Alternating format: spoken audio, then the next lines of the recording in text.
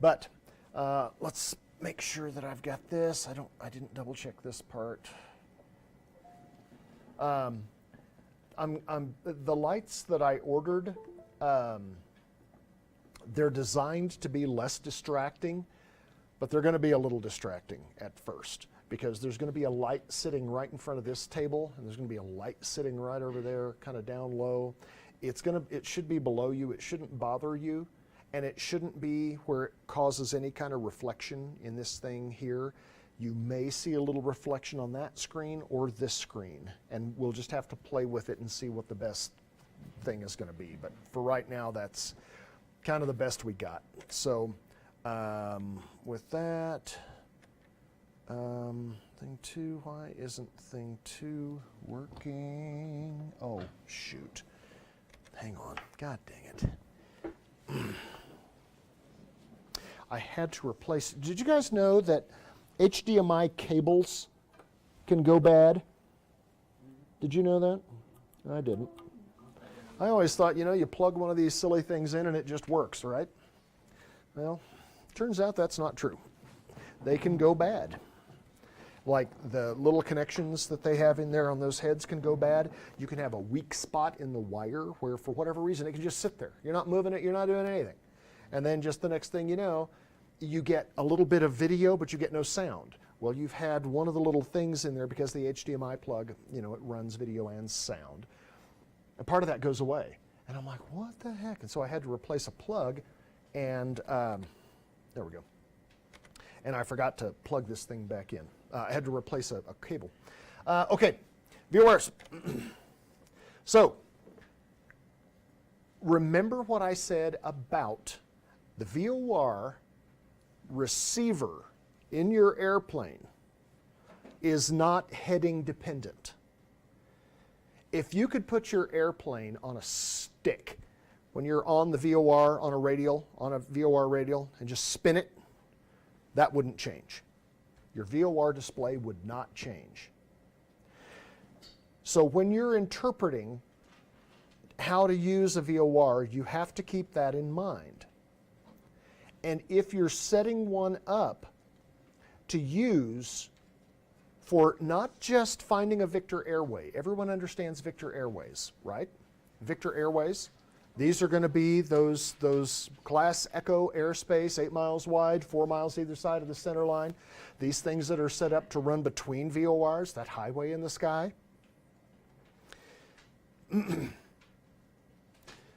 When you're using the VOR as kind of straight navigational assistance, the to or from thing, it's pretty straightforward. But it's when you're using VORs that are off your course, using those for triangulation of your position, that's when you have to kind of have a little bit different sense of geographical awareness and how that VOR is going to work. Because you can cross that VOR for like a timing or a location piece, or just an identification. If you're on that GPS flight path, ATC comes up and says to you, November 141 Hotel Lima, say position. Well, remember what their screens looked like, because we looked at the screens of. Is that them again next door here? I feel like it's banned. No, I think it's them because it's like vibrating. Yeah. Well, No, that's for them. I think I'm hearing both. Oh well, I'll try not to get distracted if you won't. So you were asking Harris early about why would you even use VORs? Why would you do that? And you're correct. So much of everything is going GPS. So much of everything now is already GPS. November 141 Hotel Lima, say position. How would you do that on a GPS flight plan? Well, I'm somewhere south of this by, I don't know, I'm guessing 10 miles, somewhere in there. How could we give a better position report? VORs. While we still have them. Now, technically, could you give them lat and lon? No, I'm saying GPS. You can give lat and lon if they're asking for position, because remember, line of sight. No, but the G1000 like gives you the information like in the DFD. Gives you like your distance away from The VOR. Well, no, you can say but here's what you can say. Let's say that you're on a track, because what Gavin is talking about, he's talking about what we call direct-to navigation. So for instance, if you leave Aspen and you're headed to New Orleans, and just over there, as soon as you get to Colorado Springs, they say stationary 504 Hotel Lima, we can give you direct MSY. I'll take it. Boom. What are you going to tell ATC? Right now, I'm currently 837 nautical miles northwest of New Orleans. That doesn't help them. Their screen is like this. Their screen may be a sector of 100 miles. So that doesn't help them. They don't have the ability to plug in lat and lon and position that on their screens yet. ADSB will come into play, and they're not going to have to ask you your position. But right now, until we have the mandatory ADSB, we have to tell them where we are. Well, what do they have on their screens? They have VORs. They have the ability to take a look at a VOR, extrapolate a radial and a DME, so that they know where you are. So that they know if this little blip on their screen is actually you. So for right now, that's what we have. When everything is out there with full ADSB, they know. Because my airplane, that one, I have the ADSB module plugged in it. Part of that code that gets sent to ATC says who I am. So when ADSB is in full authority, they won't have to ask me my position. They'll say, I have you at such, and then you confirm it. Well, in some cases, they'll say, I have you right now 12 nautical miles north of the red table VOR. That's how we use VORs. And what you can do is that if they ask, and it's always good practice to, underneath your GPS stuff, which is I'll show you tomorrow, is to have the ability to dial in that frequency, rotate your course needle until it's pointing at the station, read your DME under your bearing, and that tells you then, when you read the tail of your HSI, reading the tail of the needle will tell you what radial that you're on and your distance. And it's about a 5-second fix. Wow. Okay, there's that. So, does everybody kind of get this whole, why is that screen, there it goes, how that works?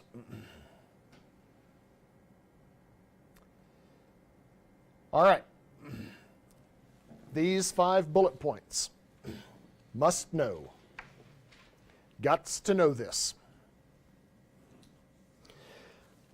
You've got to know that your VOR actually works before you launch on a flight, God bless you, before you launch on a flight where you're going to have to use it, right? So these are ways to make sure that you know that your VOR is working correctly. But there are other things that you have to do. On the VOR receiver check, if you look at these 2 dots that are here, the 2 bullet points, you have to make sure that your inspections are current and your VOR has been tested in the preceding 30 days. If you're going to be using this VOR for an IFR flight, you have to have in your aircraft log, your logbook, that VOR receiver has been checked. Well, what do you check it to? You got to know this. So one is called the VOT. This is a testing facility, a VOR testing facility here. And these can be here on the ground. Okay?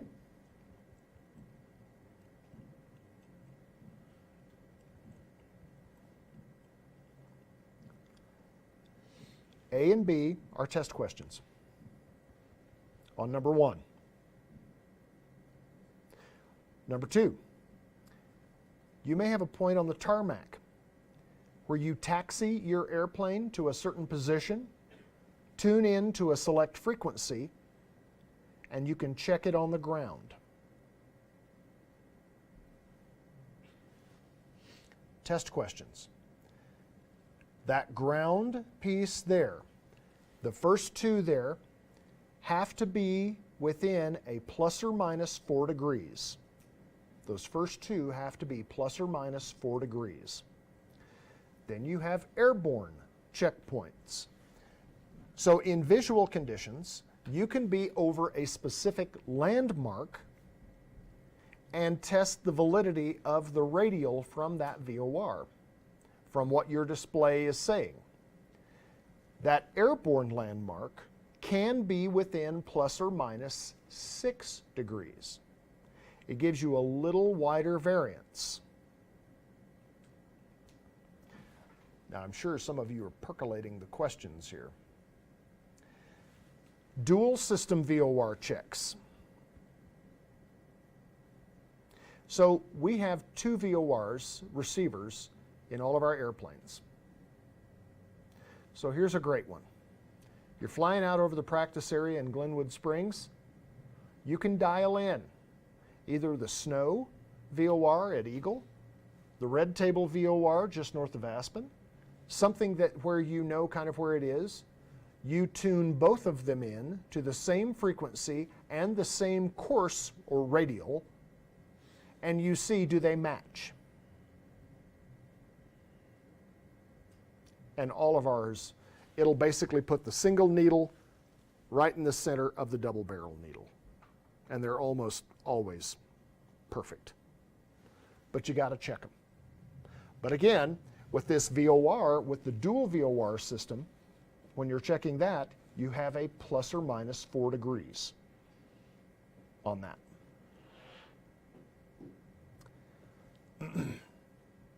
Now then, you have one that is not a required check. This is basically a course sensitivity check. This makes sure that that CDI will swing freely to the limits. And it's kind of weird, because when you do that, because when you see that needle swing, the first thing that you want to do as a pilot, you want to correct it. And it's like, okay, well, you can't do that. You're trying to see to make sure that your CDI swings. And so you're testing your course sensitivity. And that's what they're talking about there in 5.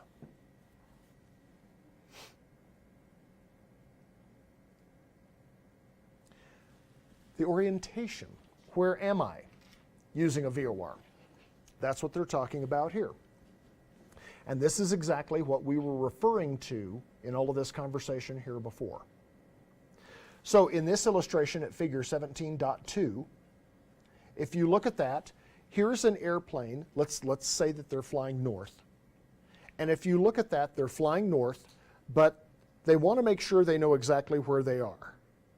Well, what they can do, of course, is you can tune it, even if you're on a GPS flight plan, you can tune that VOR receiver to that VOR station, that particular VORTAC in this case, and you can use either a to the back or a from the front indication. Tune it until you center the needle as you're flying, and once that needle is centered, then you can either read the point or the tail, depending upon how you've tuned it in, and then get the DME reading from that, so that you've identified the radial and the distance that you are from that station. Does that make sense? Okay.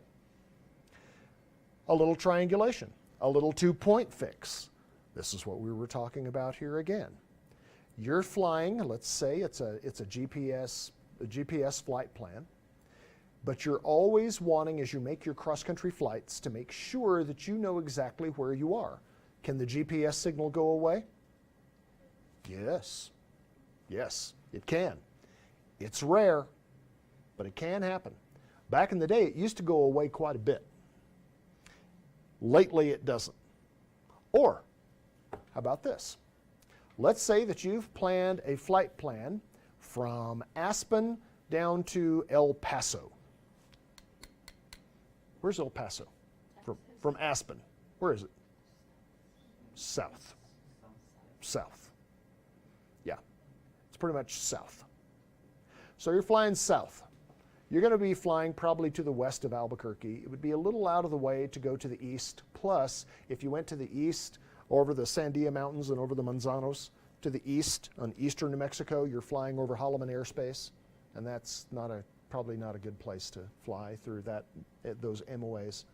So you're probably on the east side, and what you're doing is you're following the river. You're following the Rio Grande down to El Paso. But as you're following down there, you get a NOTAM before you launch saying, GPS signal in the area of Socorro may not be usable today. Why? The satellite is down or something. They're doing military testing is a lot what they're doing. They will disable parts of that GPS signal because they're doing some testing, some weapons testing is what's happening. But you didn't hear that from me. Shh. It's just like what happens when you fly through these MOAs, is that you'll see all the time that you'll see that there's not going to have GPS signal through here because they'll shut it off. Yes? What does MOA stand for? A military area of operation. Military operation area, military area of operation. It's kind of like METAR, you know, yeah, but that's an MOA. Those are on your maps, by the way. And those are part of those things that you're responsible to be able to identify. MOAs, we've got a lot of them out here in the West. Why? Because they can. A lot of open space. They go out there and they play. God bless them for it. I'm glad they do. But we have to be aware of it. They'll create safe corridors. And down the river, they do, because they have MOAs on either side of the Rio Grande heading south. But they'll shut off that GPS signal. Now what do you got? What do you got? VOR. You got VORs. You got VORs, you got this, but if you're on an IFR flight plan, you're going to be going VOR to VOR if that GPS signal is not available. So, in this case, when we look here, we want to triangulate our position between two different VORs. So how do you do that? You set your two VORs to those two stations, find that intersecting radial that you have coming off these VORs, and as you're flying through it, your two needles will center. And that's when you know you're right there. We're coming up on the end of class. Okay, I talk too much. So tomorrow, here's what we're going to do. Tomorrow we don't have Yeah, we don't class. have class tomorrow. It's a Thursday schedule. Yeah. Here's what's going to show up on your next video. I'm going to have one of our sims connected to this system. And I'm going to be showing you what this stuff looks like. Okay? Wait, on Wednesday. So, make sure you have finished reading chapter 17. Those of you that have finished chapter 17, start reading chapter 18. Who am I seeing this week, parent-teacher conference? I'm sure my parents will. Oh, she did. Oh, yeah. She was the first one I got. I would assume. Do you know what my parents? I think so. I think so. I have a question. So what do we do once we have our Okay, guys.